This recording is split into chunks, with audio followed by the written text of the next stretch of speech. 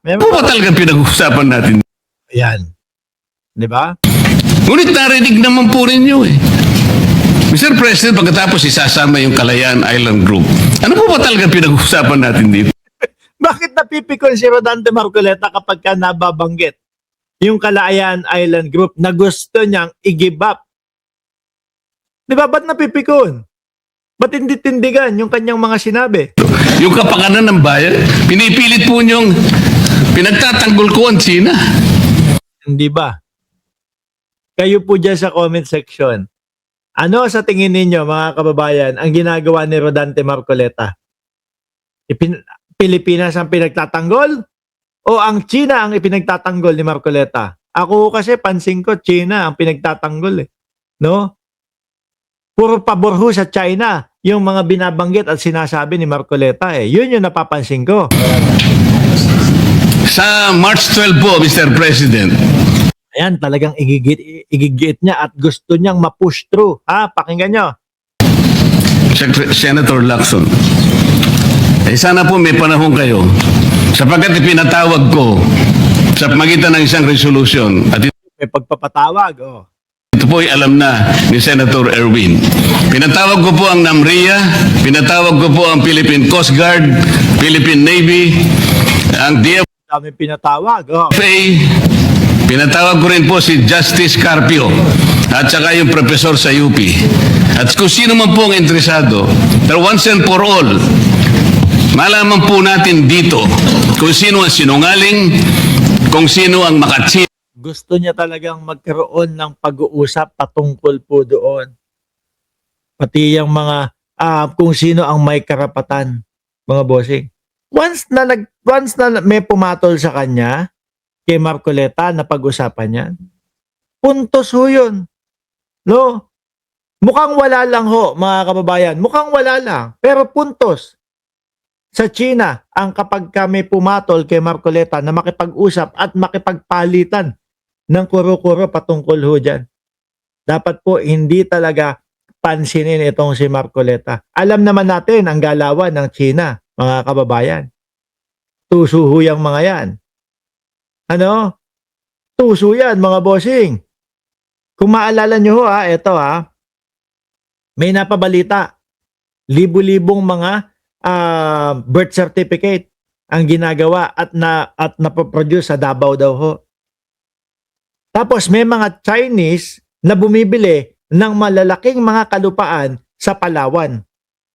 Tapos merong silang inilalabas na balita na issue na kesyo daw po yung Palawan ay dating nasa teritoryo at nasa sa pagsasakop o nasa sakop ng China ho, mga bossing. Ngayon, pag pinagtugma-tugma nyo ho yun, mga kababayan, no? May mga Chino na merong birth certificate, pwede silang bumili ng mga kalupaan, no? Binibili nila yung bulto-bulto ng Palawan na nandun po sa gilid ng Pilipinas. Ngayon,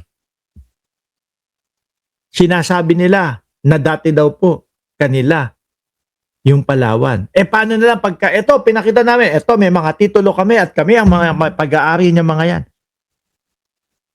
Nalinti ka na ho, mga kababayan. Baka pati yung Palawan ho, ipinagtatanggol natin sa mga incheck na tayo ang tunay na may-ari o tayo ang talagang nakakasakop sa Palawan. Delicate ho yung mga yan. Ganyan na ganyan po yung mga nakikita nating kilusan ho nitong mga incheck, mga bossing. Sabi ni Kim Sorrento, Kim Soren Soto, 6, sa atin nga, China, pwede natin bawiin ang lugar nila. Di ba? Mas malaki sakop niyan. Kung sino naggagaling-galingan at nagpapanggap na expert in international law. Sana po, Senator Lacson, nandun po kayo. Kita niyo? Talagang iginigit at gusto niyang mangyari yun. Mr. President, may we hear from the chairman of the Foreign Relations Committee because his name was mentioned. May I just confirm if indeed he will call for a hearing and invite those people mentioned, Mr. President, with due respect. Di ba? Gusto niya talagang magkaroon ng pag-uusap. Ito pa ho. Sa House of Representatives at nag-motion Dito, so Dito ho, soplak talaga si Marcoleta, mga kababayan. Na hypothetical question, Mr. President. Lest we forget, 2 taon pa lamang ang nakakalipas. Siya mismo ang nagsisisigaw sa House of Representatives at nag-motion na i-terminate ang budget deliberations para bigyan ng parliamentary courtesy ang Office of the Vice President. Yun po yung nagagalit siya. Nung congressman pa siya, nagagalit siya. Kasi madaming tanong daw po. Bakit madami daw pong tanong pag ang Office of the Vice President ang humihingi ng pondo? Ang gustong sabihin ni Marcoleta at gustong mangyari ni Marcoleta, kapag ka Office of the Vice President ang nanghihingi ng pondo, wala nang tanong-tanong yan. Sundin na lang kung ano yung tradisyonal. Sa panahon ho ng Pilipinas ngayon, ubos ang pondo, ubos ang pera, ninanakaw yung mga kaperahan, kaban ng bayan. Gugustuhin nyo pa din po ba na manatili kung ano po yung nakaugalian? Hindi na. Kailangan maging wais na po tayo. Di ba? Kailangan maging wais tayo. Alamin natin, tanungin natin, nung humingi kayo ng pondo, nung mga nakaraang taon, saan nyo ginamit? Saan nyo ginastos? Ano ang pinagdalan nyo ng pera? Di ba? Ganun na dapat ngayon. At saan nyo gagamitin itong pondong hinihingi nyo ngayon sa bayan natin? Ganun no. Pero totoo, yung nagagalit si Marcoleta, ayaw niya ng mga ganun. May tanong, may question and answer. No? Ang gusto niya, basta pag humingi ang Vice President, ibigay na agad yan. Ganun ang gusto ho, mga bossing. In his words, Mr. President, Ayan, papakita ni Senador Ping Lacson. Parliamentary procedures, Madam Chair, grow from or are enriched by traditions, experiences, and precedents. You may not like the person, you may not like the presence here, Ayan o, yung nagagalit. but you have to respect the office of the Vice President. That is all, because that is guided by the tradition. Kahapon po, kaya po na sinabi nila, wala nang pinagtanong sa office of the President. And that is Gusto niya, wala nang tanong-tanong. Pag Office of the Vice President ang humingi. correct. That is in line with that tradition. such hypocrisy, such double standard, such a farce that does not dignify an answer, Mr. President. Soplak. No? Pinapakita yung mga double standard nila Marcoleta, ni Marcoleta.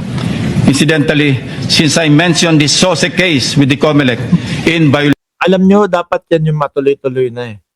George Garcia, ano na? No?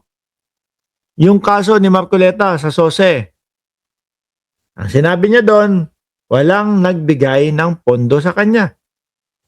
Pero umamin, meron naman daw po. Ngayon, gustong lumusot, sinabi, bago mag-election daw po. Congressman naman siya doon. Indirect bribery naman ang dapat kaharapin ni Marcoleta doon.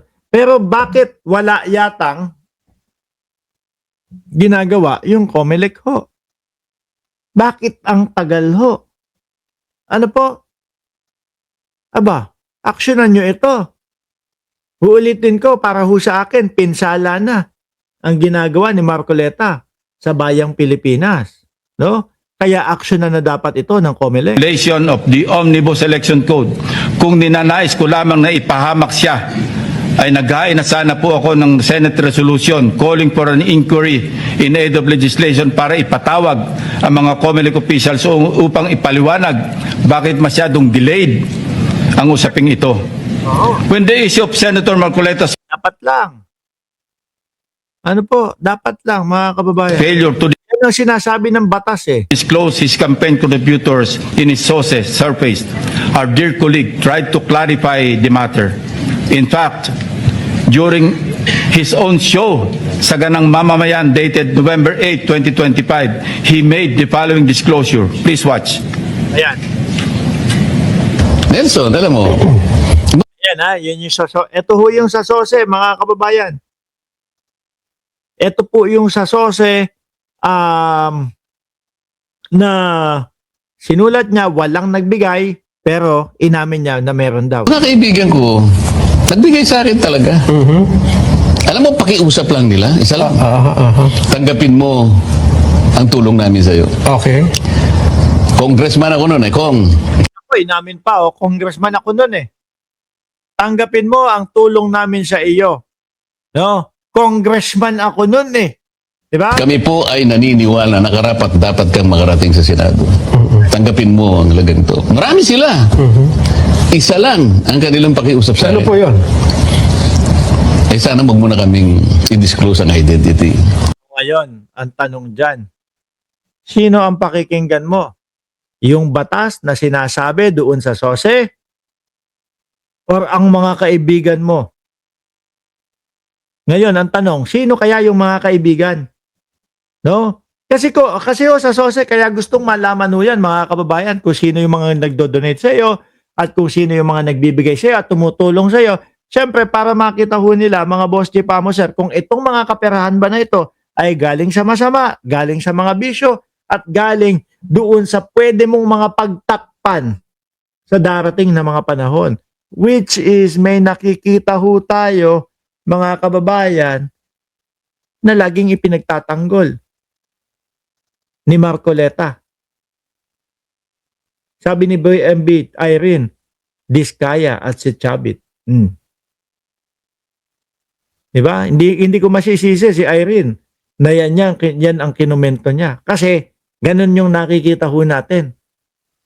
Ipinipilit na maging witness protection o sumailalim sa witness protection yung mga Diskaya. Pero samantalang ito po, mga nangyayari nakikita sa investigasyon. Di ba?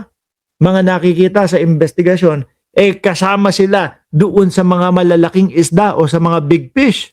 Ngayon, kapag ka naglagay ako ng figure sa contribution, mapipilitan akong mag-disclose ng pangalan nila. Alam mo kung bakit? Merong kaakibat na kung tawagin ay deed of acceptance of donation. Paano yun, kako? Tumatanggap ng donasyon nung siya ay congressman. Contribution to Hindi, sabi niya, binigay ko nga sa'yo, contribution, pero utang na loob mo sa akin. Utang na loob. Tumanggap ng pera. No, tapos, ano po ang ibig sabihin kapag ka utang na loob? Oh, boss, grabe ha. Kami naman may kailangan sa iyo. Naiipit kami dito sa mga flood control. Naiipit kami dito sa mga ghost project. Baka naman, no? Nung panahon ng eleksyon, tinulungan ka namin. Utang na loob. Naku, may utang na loob ako dito. Kailangan suportahan at ipagtanggol ko tong mga to. Di ba? Ganun ho yung posibleng sitwasyon ho Ganyan. Ituring mo na lang na utang, sabi niya, di ba? Loan. Pasok, Senator Ping Lacson. Yung isang uto-uto doon sa gilid, loan.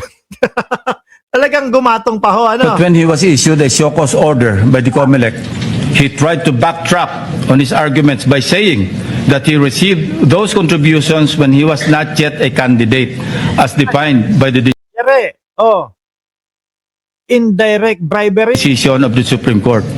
I guess Senator Marcoleta and his legal team thought they were being smart by being technical about when these contributions were made.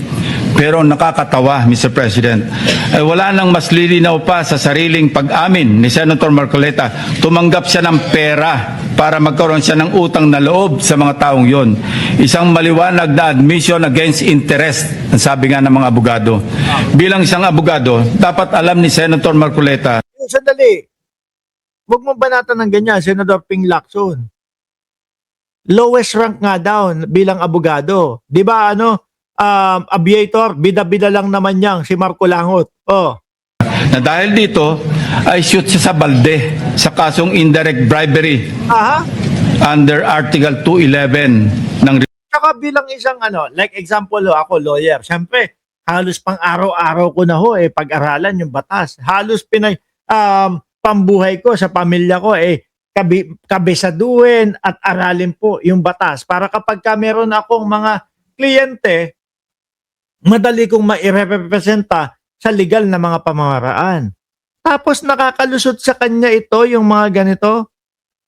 Hindi man niya lang hinarangan na, sandali lang, psst, uy, sandali, sasabit naman ako dyan pag sinabi natin na bago pa lang mag-eleksyon, natanggap ko na yan. Di ba?